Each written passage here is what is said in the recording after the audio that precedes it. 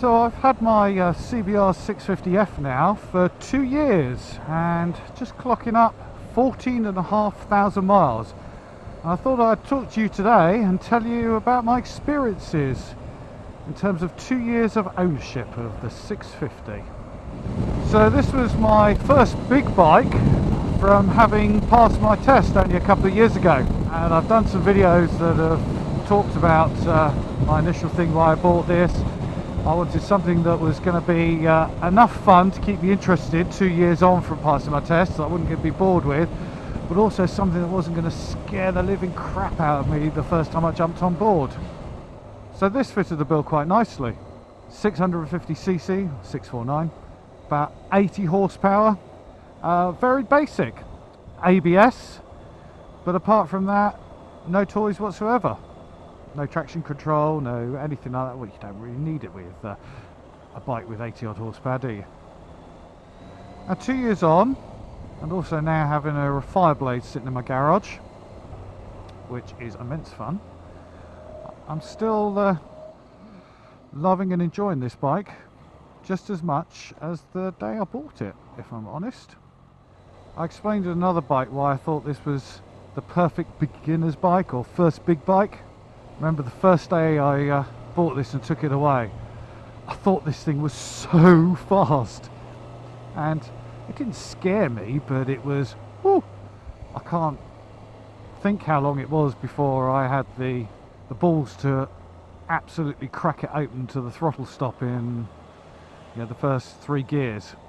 So it had plenty of poke for someone just starting off, and as my riding experience has increased and I've got more confident on the road, more confident on the bike, and particularly now with the Fireblade, which is seriously quick, the 650's kind of come into its own as a softer, more comfortable everyday bike, which on the road I can now use almost to its full extent.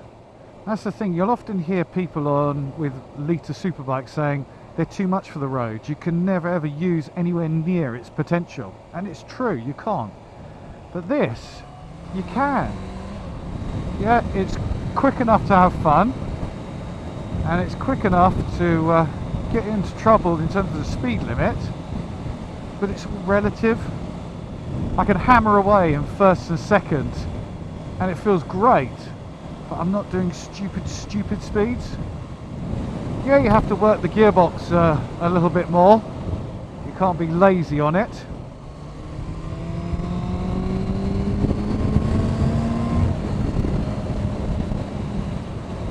But there's enough power and grunt there to have fun with. The handling's okay. Suspension is on the softer side. And when you really start to push on, you do start to notice the limitations of the suspension. If you're not going ballistic, everything is kept perfectly in check. So I can often have just as much fun riding this bike as I can the Fireblade. So 2 years on, it's still ticking my boxes. So what's it been like in terms of ownership costs? Well, I paid around about 7 grand for this, brand new. It's now had 3 services. It had the 600-mile service, which was 120-ish quid. Had its first year service, which was 200 quid. It's just had its 2-year service, which is brake fluid change, air filter change, everything like that, and that was about 320, 330. So over 2 years, just under 700 quid in servicing. In terms of extra consumables, I put in a little drop of oil to it in the first couple of 1,000 miles, and since then I've not had to do anything. It's just had its oil changed at regular service time, never had to top it up, been good as gold. Tyres, it originally came on Dunlop D222s, those lasted a fair bit of time. Changed over to Bridgestone BT016 Pros. Yeah, they're not the latest generation of tyre, but they're still good enough.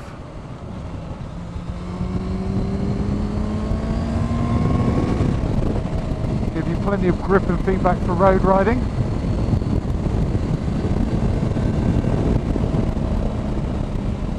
So I'm now onto my second Bridgestone rear, still on the first Bridgestone front tyre. The front almost needs changing again. So 14,500 miles, let's say 2 front tyres and probably 2.5 rear tyres, 2 3/4 rear tyres. Brake pads, went through the original brake pads and fitted some EBC HH sintered, which lasted really well, and I've just fitted a new set of those, although they had another good few thousand miles into them. So it's probably, I would say, 1 3/4 sets of brake pads in 2 years. Fuel consumption has varied depending on how I've been riding. I think the lowest I've got is about 41-ish, 42 miles to the gallon, and that's riding it pretty hard on twisties. I think the best I've had was on a long motorway trip, about 55, 57 miles per gallon. Riding hard, my fuel light is coming on at about 130, 140 miles. So 150, 160 I'm needing to top up. Riding a little bit more gently, fuel light comes on maybe 150, 160, and you can get nearly 200 out of a tank. So what modifications have I made to it over the 2 years? I told you about swapping the brake pads. That for me made a big difference, giving me much more initial bite and feel to the brakes. Some people don't like EBC HH because they say they glaze. Not had any issues with it whatsoever. The other thing I did was these things here and here. I fitted some mirror extenders. What they do is they put the mirrors out by about an extra inch or so, and it just means that I'm not getting a complete mirror full of elbows and shoulders and arms. And particularly town commuting, where you've got to have eyes in the back of your head, I found it much better, much more helpful, gives me much better rearward visibility. You'll notice this is a different screen. This is a Power Bronze double bubble screen. That really helped. I was finding the wind blast was kind of up at my helmet head level. This double bubble pushes it more onto my chest. And the only other modifications are the heated grips. See here, the Oxford hot grips. Done another video on fitting those, and I've fitted a ball socket here to hold my sat nav or iPhone holder, whatever it is that I want up on the bars there. Final modification just to tell you about is I've fitted a Givi rack onto the back of it, and also fits a Givi top box, because again when I'm commuting it's just easier to leave my helmet in it, carry a chain around, all that sort of palaver.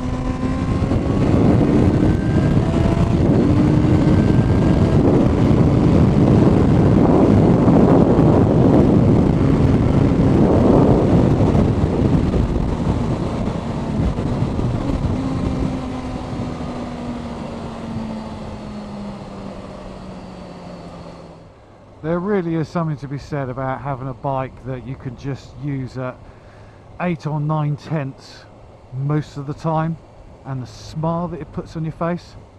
I mean, there's no doubt this is a soft sports bike. It's quite narrow. Seating position is quite racy, but not in comparison with the Blade. I can ride this for a good 3 hours before my bum starts to go a little bit numb and my knees and legs ache a bit and I need to stretch out. And with regular brakes, you can ride this all day, no problem whatsoever. And it'll reward you by being docile and pleasant in the city, commuting, filtering in and out of traffic, and then you can open it up and have a bit more fun through the twisties. As you'd expect, 4-cylinder, it's a pretty smooth engine, and it's not as smooth as the Fireblade, 1 litre. That's turbine smooth. There are some vibes, but it's not unpleasant. Certainly a lot less than you find on the Twin. Gearbox is pretty good, smooth and snickety, particularly once the engine and the oil have warmed up. Even when it's cold, it's not too clunky. When it's warmed up, it's very nice.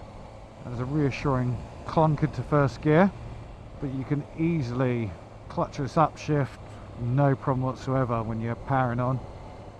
And the gears, they just seem to be ideal for the bike. Their ratios very well suited. Never feels wrong, and it's pretty nimble and flickable. 205 kilos, something like that. Feels very manageable. I'm not overly a fan of the dashboard, so I think I've said before, I think it makes the bike look very dated, but apart from that, I really do like the looks of the bike. Side on, it looks fantastic. Front on, it looks pretty good, although this has just a single headlight rather than the dual headlight of kind of the rest of the CBR family. But with a nice 180 section tyre on the back, it kind of looks like a proper full fat sports bike. I only had one issue with this in the time of ownership, and it wouldn't start once. That wasn't battery related or anything, it was somehow the engine got flooded. Soon sorted that out. I noticed just before it went in for its 2-year service last week, it wasn't running as smoothly and nicely as it had in the past. Hesitated a little bit when it was cold, just under a partial throttle opening, and just a bit lumpy. And the garage said, yeah, that possibly could be just an air filter change. And you know what? They've changed the air filter and it's running as good as new again. Pickup's great, running quite smoothly. Likewise, I could also feel that the brake fluid had started to deteriorate. It was a bit murky in colour, braking wasn't as sharp. Brake fluid change, tip top again. They're not the best and most powerful brakes out there, but they're perfectly adequate for the bike and for the power. So 2 years on, looking back, if I knew then what I know now, would I make a different buying decision? No, I wouldn't. It's been everything I've wanted to be, this bike. So would I go out and buy another one? Oh, now there's a question.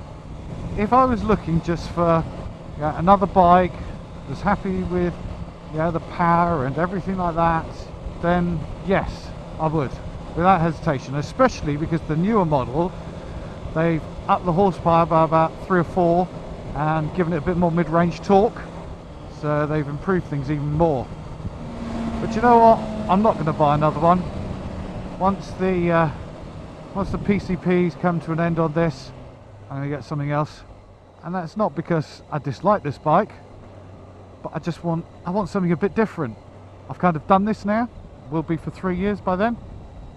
I'll still have the Fireblade, the out and out sports bike for real fun.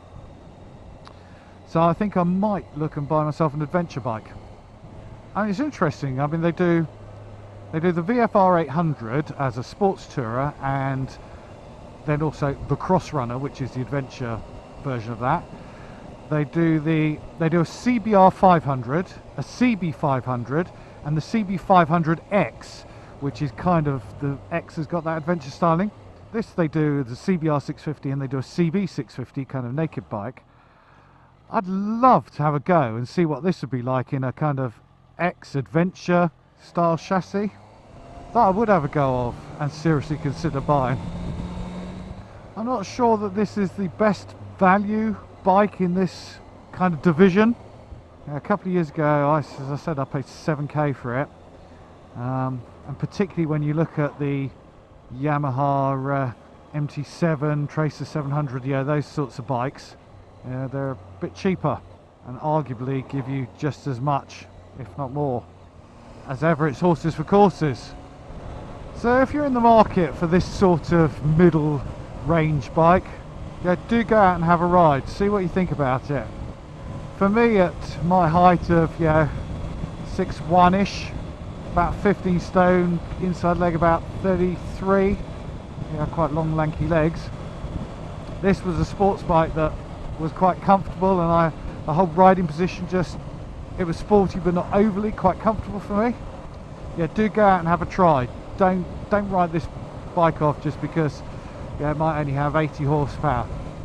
Trust me, it's plenty to have lots of fun, and the torque is pretty linear throughout the whole rev range, so you can ride it serenely and sweep through corners and in town, various other places, and then you can wring its neck and have real fun with it.